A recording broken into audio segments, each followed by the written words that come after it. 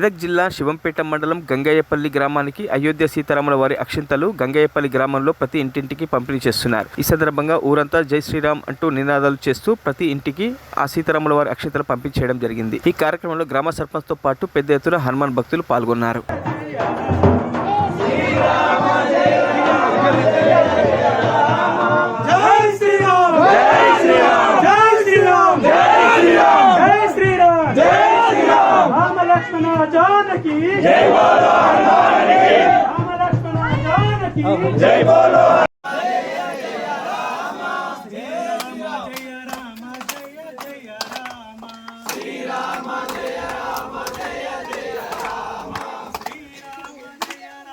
మరిన్ని అప్డేట్స్ కోసం మా ఛానల్ని సబ్స్క్రైబ్ చేయండి.